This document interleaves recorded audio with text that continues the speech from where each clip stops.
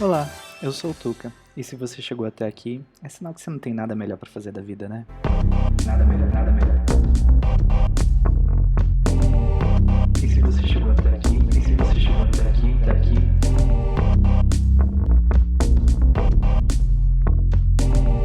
É sinal que você não tem nada melhor pra fazer da vida, né?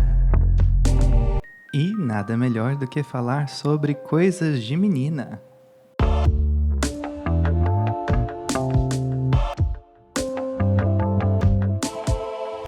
Eu sei, é meio estranho falar isso sendo um homem gay com quase 33 anos nas costas.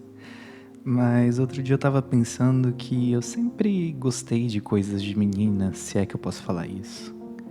Por exemplo, nos jogos eu sempre escolho a personagem feminina. Eu gostava da Randy Rosa. Até no Mario Kart e Mario Party eu preferia jogar com a Peach e com a Daisy do que com os outros personagens. Eu assistia Sailor Moon, Sakura Card Captor, Três Espiões Demais e as Panteras ali dos anos 2000 com a Drew Barrymore, Cameron Diaz e Lucy Liu. Continua tendo um lugar muito especial no meu coração, tanto o primeiro quanto o segundo filme que eu amo. Mas é o tipo da coisa, né? Eu gostava de todas essas coisas só em segredo. Ninguém da escola podia saber. Pra eles eu gostava de Dragon Ball. E mesmo assim, quando me perguntavam qual era o meu time de futebol favorito, eu dizia que era o Brasil, porque eu não sabia que a seleção brasileira não era um time. Ai, as dificuldades de uma jovem gay enrustida. E sim, eu sei que eu sou gay desde muito cedo na vida, mas eu não podia contar pras pessoas porque, enfim, problemas de família que eu não quero entrar aqui. E eu sempre soube que eu não podia sair por aí falando isso, porque se eu falasse a minha vida poderia ter sido bem pior. E naquela época, pelo menos na minha época, ser gay, ainda mais na cidade onde eu cresci, não era uma coisa muito bem vista e eu acho que até hoje continua não sendo. Mas também não vou entrar nesse quesito aqui. Mas uma das reflexões que o desemprego me trouxe foi: eu nunca tinha terminado de assistir Sakura Card Captor. Eu lembrava de ter assistido episódios específicos, esporádicos, mas eu nunca acompanhei de fato. Até mesmo porque eu acho que no horário que eu passava eu estava na escola, então quando eu assistia era quando eu não tinha aula durante as férias, reprise ou algo do tipo. E apesar de eu sempre ter amado a história daquela jovem menina mística, feiticeira, que tinha as cartas mágicas dela, eu nunca tinha parado para assistir tudo do início ao fim, todos os episódios, tudo certinho, bonitinho. Então, eu posso finalmente dizer que eu estou pós-graduado nas artes místicas das cartas mágicas da Sakura Card Captor. Depois de assistir toda a série clássica, os 2 filmes e assistir a série nova, Clear Card, a única coisa que eu posso dizer é: ai ai ai, Yukito não existe na versão original em japonês. Por isso, é aquela coisa. Valorizem o árduo trabalho de tradução, localização e dublagem dos brasileiros, porque ele é muito, muito bom.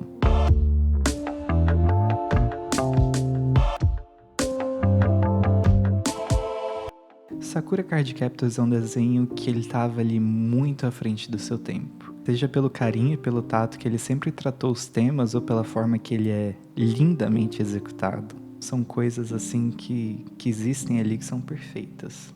Eu tenho muitos elogios que eu não sei nem por onde começar direito. Mas uma coisa que eu queria falar é: se vocês forem no YouTube e assistirem algum episódio específico ou parte de algum episódio, vocês vão notar a qualidade e o empenho que os animadores tiveram naquele desenho. A qualidade das aquarelas que compõem os cenários da série. Sério, vai lá no YouTube, joga, admira. É muito bem feito.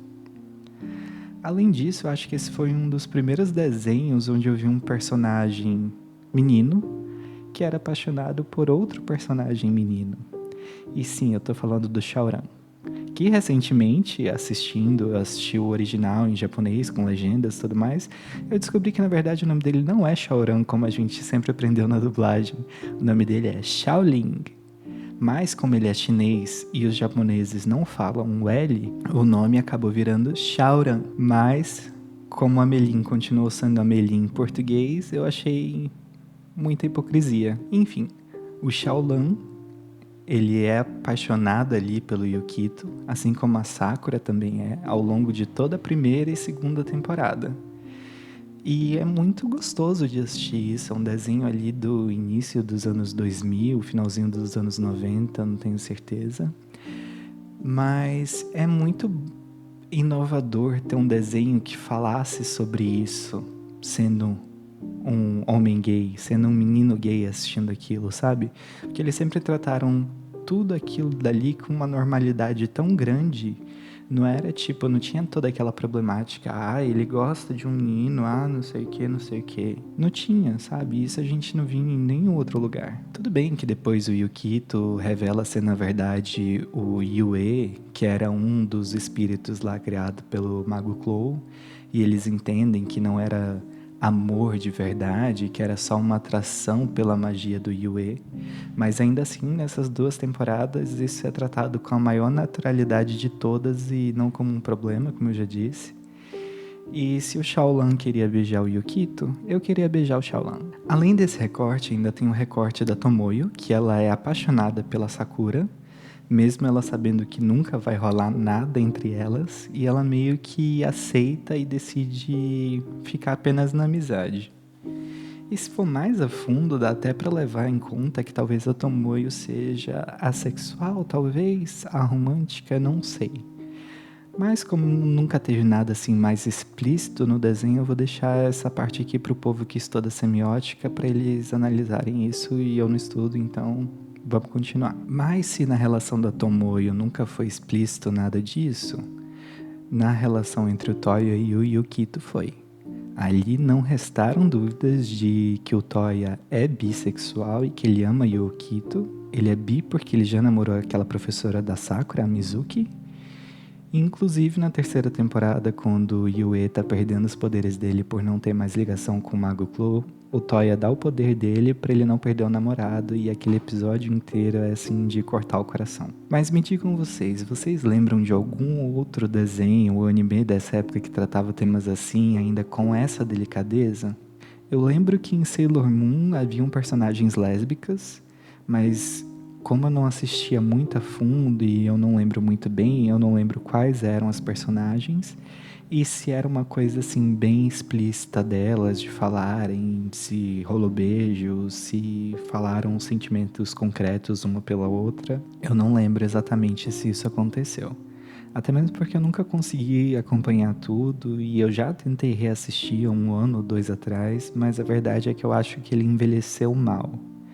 Diferente de Sakura, que envelheceu muito bem, tipo, os temas ali eles continuam muito atuais, a animação continua sendo muito boa. Sailor Moon eu acho que perdeu um pouquinho no quesito qualidade, não sei. Eu sei que tiveram ali uns remakes, eu acho, mas eu não sei se eles valem a pena. Eu tentei assistir, mas não consegui muito pra frente. Mas prometo que eu vou tentar de novo se vocês falarem que vale a pena eu assistir.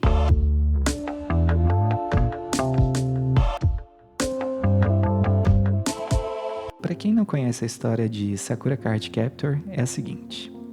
Sakura é uma menina comum que se sai muito bem nos esportes, mas nem tanto na matemática, física, coisas assim com mais cálculos. Ela vive com seu irmão mais velho, chamado Toya, e o seu pai, que é um arqueólogo, e a sua mãe, infelizmente, morreu quando ela era bem criança. Eu não lembro se é falado que ela morreu durante o parto ou não, mas eu lembro que ela tá morta. Um dia, ela tava sozinha arrumando a casa, e isso é uma coisa que é muito comum entre os japoneses, eles cuidarem dos serviços domésticos desde cedo, se ajudarem, cada dia um tem um cronograma diferente. Inclusive nas escolas eles fazem a limpeza das salas, dos corredores, do quadro, tudo isso. Eu acho isso muito interessante, eu acho que isso deveria existir em outros países, essa cultura de ensinar a criança desde cedo a tomar conta das coisas, a organizar e a limpar. Porque eu acho que se tivesse, eu acho que a gente seria adultos bem melhores hoje em dia. Não que eu não saiba fazer essas coisas, tá? Eu faço muito bem, só para deixar registrado aqui.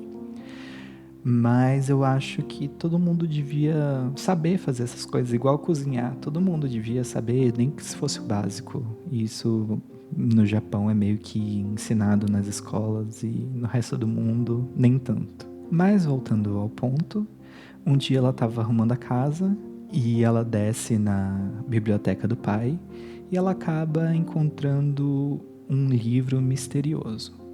E assim que ela abre esse livro, várias cartas se libertam e saem voando pela cidade de Tomoeda, que é onde ela mora. O guardião das cartas, Quero, que na verdade o nome dele é Cerberus, em referência ao cachorro de Hades, estava hibernando e diz que agora, como as cartas foram libertadas por ela, ela vai ser a nova guardiã das cartas Clow. E a missão dela é recuperar todas as cartas para que elas não causem caos na cidade. Se ela deixar as cartas à solta, além do caos, pode ser que chegue o apocalipse. E é bem interessante essa história, né? Se a gente parar pra analisar, é um tanto complexa. Por ser um anime ali do final dos anos 90 e início dos anos 2000, ele é um pouquinho procedural e não tem nada o que fazer contra isso, infelizmente. É uma coisa que eu não curto muito, essas séries procedurais. Mas eu acho que pela forma como as coisas são contadas ali, pela afetividade que o desenho te traz, pelo interesse que o desenho te traz, ele trata de vários temas ao longo disso, não se torna aquela coisa tão cansativa. Tem episódios ali que ela vai acontecer um causinho em algum lugar e ela vai ter que encontrar uma maneira de lidar com aquele problema e pegar a carta e tudo mais. Mas tem episódios onde ela tem que lidar com 2 cartas ao mesmo tempo. Tem outros episódios que ela não lida com carta nenhuma. E, assim, apesar disso tudo, ele é um desenho assistível. Você consegue assistir ali vários episódios de uma vez, parar, continuar no outro dia. E o bom dele é que as temporadas não são muito longas. São 30 e poucos episódios em cada temporada, diferente de muitos animes que tem mais de 50 e tantos episódios por temporada. E é muito legal de acompanhar o crescimento dela, o crescimento da magia dela ao longo da série. As 2 primeiras temporadas consistem em ela capturar todas as cartas Clow, culminando ali no episódio do juízo final, onde as cartas devem escolher se elas vão ficar com ela ou se elas vão destruir o mundo com a magia. E uma coisa que é interessante é que, diferente dos outros filmes de anime, aqui a exceção de Demon Slayer, Sakura eu acho que foi o primeiro a integrar bem a história dos filmes com a história da série. Inclusive tem eventos que acontecem ali no filme que são importantes para você saber antes de continuar as temporadas. Então tem que assistir tudo na ordem certinho, senão você vai ficar boiando. Na terceira temporada, aí começa um ponto que eu já acho um pouquinho complicado. Depois que a Sakura conseguiu capturar todas as cartas Clow e conseguiu ficar com elas e salvar o mundo, ela agora se vê ali sem magia nenhuma. Quer dizer, ela tem magia, mas as cartas ou não estão mais funcionando, não estão respondendo quando ela quer usá-las. E aí, ao longo do desenvolvimento dessa temporada, a gente descobre que é porque as cartas aceitaram ser delas, então elas não podem mais ser cartas Clow. Agora, a Sakura precisa desenvolver mais a magia dela para transformar as cartas em cartas Sakura. Então, se ela não conseguir fazer isso, as cartas vão deixar de existir. E se uma deixar de existir, todas deixam de existir. E para forçá-la a fazer isso, aparece a reencarnação do Mago Clow, que é um menino chato pra caramba. Ele se matricula ali na mesma escola que ela e começa a causar vários tumultos, caos, destruição pela cidade, ali só para fazer com que ela consiga transformar as cartas e resolver o problema. Inclusive, ele ameaça transformar o mundo inteiro em escuridão ali nos episódios finais. É legal de ser assistido, mas aí vem a minha crítica aqui, que se tornou um pouco repetitivo. Talvez, assistindo na época quando foi lançado, tem aquele tempo de hiato entre as temporadas serem lançadas, um episódio por semana, não seja tão chato e tão repetitivo. Mas assistindo tudo de uma vez como eu assisti, acaba se tornando um tanto cansativo. Não chega a ser ruim, mas é um pouco cansativo. A gente vê que tá acontecendo ali basicamente a mesma coisa que aconteceram nas 2 primeiras temporadas. Parece alguns jogos ali da franquia Zelda, sabe? Que depois de passar por todas as dungeons, você descobre que você vai ter que voltar e passar por todas de novo. Sim, eu tô falando de Skyward Sword. É você mesma. Mas mesmo assim a série ainda consegue ser interessante em outros aspectos, como explorando as relações entre os personagens, desenvolvendo o romance da Sakura e do Xiaolan. E eu acho isso muito interessante. Também tem umas outras questões ali com personagens coadjuvantes, colegas dela de classe e tudo isso. O filme que encerra a terceira temporada, que se chama Carta Selada, a Sakura descobre que havia mais uma carta Chloe escondida e essa carta ela é capaz de roubar todas as outras cartas dela e destruir tudo, porque é uma carta que tem um poder ali de antítese. O mago Chloe criou todas as cartas com uma magia positiva, digamos assim, só que para elas funcionarem ele precisava criar uma única carta com um poder equivalente a todas as outras somadas com um poder negativo. O filme é muito bem feito, principalmente na fluidez da animação, e tem um final muito, muito, muito do seu fofinho. O desenho original acabou ali em 2001, ou seja, as 3 temporadas e os 2 filmes. Só que em 2018 nós tivemos o começo da adaptação da saga Clear Card.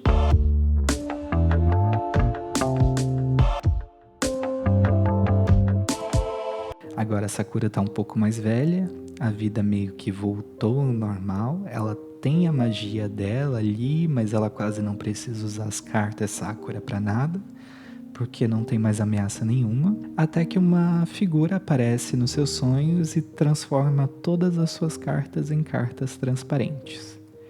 E aí ela não consegue usar a magia dela pra nada, porque as cartas simplesmente deixaram de existir, basicamente. Como consequência disso, a magia que tinha naquelas cartas se espalhou pela cidade de Tomoeda. E ela precisa dar um jeito de capturar essas novas cartas que agora vão se transformar em uma magia um pouco mais moderna, uma coisa um pouco mais diferente, talvez. Ao mesmo tempo que essa criatura misteriosa tenta roubar a magia dela. Ela continua ali insistentemente nos sonhos da Sakura, tentando roubar ali o cajado, o báculo dela, para roubar a magia dela. A história em si, ela não é exatamente ruim, tem coisas interessantes ali, como por exemplo, quem é essa criatura, o que ela quer, por que ela está fazendo isso, mas isso é pouco explorado pela série. E ela acaba voltando, como eu falei, naquele lugar de repetição. Nessa nova saga, eu senti um pouco que a alma original da série se perdeu. A gente tem ali uns fillers que são chatinhos, tipo, tem um episódio quase inteiro da Sakura cozinhando uma cheesecake. Sério, eles dão até a receita. Se eu entendesse kanji, eu já teria copiado para fazer. Provavelmente deve ter alguma coisa na internet, alguém deve ter traduzido e tudo mais, tem que procurar. Mas precisava de um episódio inteiro para isso? Acho que não precisava. E outro porém é que as novas cartas que aparecem ali, que usam as magias que eu acho que eram das cartas que eram dela, elas meio que são a mesma coisa. Entra ali numa coisa tipo as novas geração de Pokémon, sabe? Que foram ficando sem criatividade. Aí meio que tem o Meow, meio que tem o Meow de Alola, o Meow de Galar. Então as cartas são basicamente as mesmas, só que com nomes e formas um pouquinho diferentes, numa pegada mais Inglaterra industrial. Então, não sei o que aconteceu ali, mas eu acho que não me agradou tanto quanto o desenho original. Esteticamente, essa temporada ela tá linda, mas pra mim pecou nesses pontos. E quando finalmente parece que a saga e os mistérios iam se intensificar, acabou. Sim, é isso mesmo. Parece que a nova temporada já foi anunciada, cancelada e confirmada de novo, mas ela continua sem uma data de estreia. Então não tem certeza se a gente vai ter uma conclusão para os mistérios de Clear Card ou não. Mais uma coisa eu vou dizer, eu não vou atrás dos mangás para descobrir isso, até mesmo porque mangá é caro. Não sei, eu já cheguei num ponto da minha vida que eu não consigo mais ler história em quadrinhos, assim, de forma geral, como eu lia quando eu era mais novo. Mas enfim, eu acho que deveria ter uma nova temporada pra gente descobrir o que finalmente vai acontecer. porque eu fiquei muito curioso, porque ali o final de temporada e todo esse cliffhanger, ele foi muito bem construído. Então tem pontos positivos e negativos nessa nova saga da Sakura, mas agora eu não sei se vai ter mais ou não. É triste. E você que tá me ouvindo? Que coisas de menina você gosta? Você pode comentar aqui pra mim no Spotify, eu vou deixar uma caixinha aberta, ou você pode ir lá no post do episódio no Instagram. Interajam comigo, 6 pessoas que me ouvem. Sobre Sakura Card Captor, não é fácil de encontrá-la por meios legais. Eu assisti no Crunchyroll, mas foi no início do ano e agora eu vi que ela já não tá mais no catálogo, apenas a saga Clear Card continua lá. Mas existem outras formas de assistir, se é que você me entende. Então aí fica com vocês procurarem, quererem ou não assistir. Mas eu digo uma coisa: se vocês quiserem assistir, é muito bom. Tem coisas que acontecem, principalmente ali na saga original, que são inversões de papéis. Por exemplo, eles têm uma peça da escola onde os papéis são sorteados. E acaba que basicamente todos os meninos pegaram papéis femininos e todas as meninas pegaram papéis masculinos. A Sakura é o príncipe encantado e o Shaoran acaba sendo a princesa que precisa ser resgatada. E isso é muito divertido de assistir. Isso também já tinha acontecido antes na peça do irmão dela, do Toya. Mas é muito divertido ver todas essas barreiras sendo quebradas. E só é triste que foi num desenho de menina, num desenho de menino, isso nunca poderia ter acontecido. Mas mesmo assim é muito interessante ver toda essa construção de personagens num desenho dos anos 90 e que isso não era tratado com problema e que foi exportado para o mundo todo. É só uma pena que por ser um desenho de menina ele acabou não tendo um alcance maior do que ele poderia ter tido, como um Dragon Ball ou um Naruto da vida. Que aliás eu já assisti os dois, tá? Hoje em dia eu não consigo mais assistir Dragon Ball, eu acho que ficou muito chato e muito cansativo e muito repetitivo. Mas Naruto eu com certeza assistiria de novo, principalmente a parte ali quando ele tá mais crescido. E continuando o quadro que eu comecei na semana passada, eu vou falar aqui das estreias da semana. E é hora das estreias da semana. Na Netflix temos Querido Evan Hansen, um musical triste que fez muito sucesso durante muitos anos na Broadway, mas que parece que o filme não agradou muito. Eu ainda não assisti, pra ser sincero, mas ele é estrelado pelo maravilhoso e insanamente talentoso Ben Platt. Você provavelmente vai lembrar dele da série The Politician, também da Netflix. No Prime Video temos a estreia do filme Trem Bala, que é um filme muito divertido, com Brad Pitt, Sandra Bullock, Aaron Taylor Johnson, Joey King e mais um monte de gente talentosíssima. Ele é um filme de ação com toques de comédia, acontecendo todo ali meio heist também, num trem-bala do Japão. E é muito divertido de assistir, ele é insanamente louco e igualmente engraçado. Na Apple TV, hoje sai o final de temporada da série Constelação, que eu tô assistindo e é uma série que me cativou muito.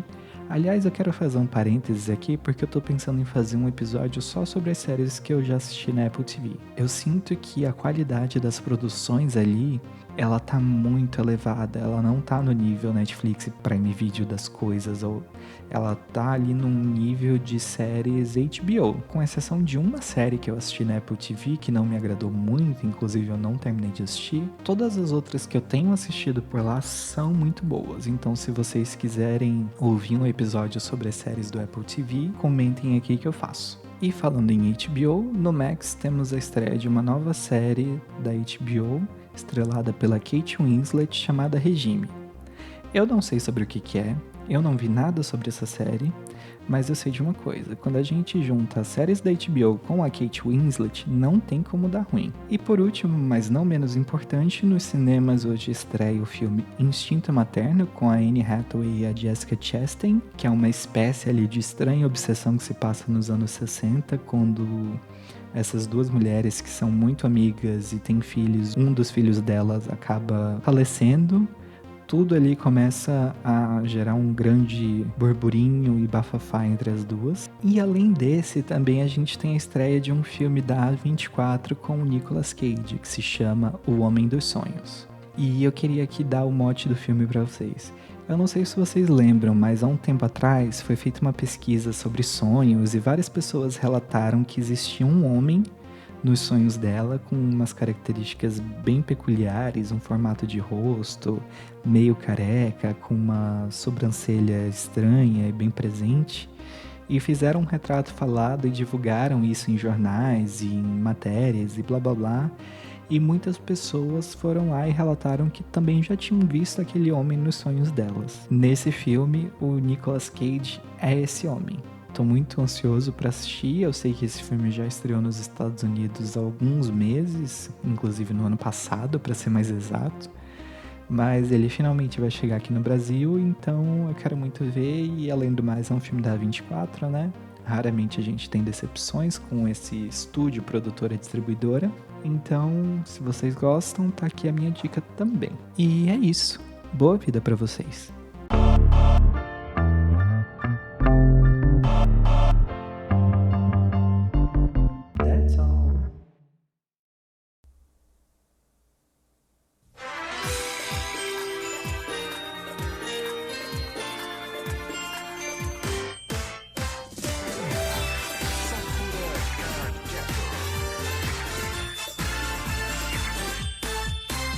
Eu só quero e espero ter pra sempre você junto a mim. Não me atrevo, tenho medo de dizer que te amo e que te quero assim. Por quê? Quero viver contigo a vida inteira. Te darei meu amor, com você eu quero voar. Nos seus braços quero viver para sempre, só te dando meu carinho. Para nós podia até parar o tempo. Tcham, tcham, tcham, amor, quero teu calor.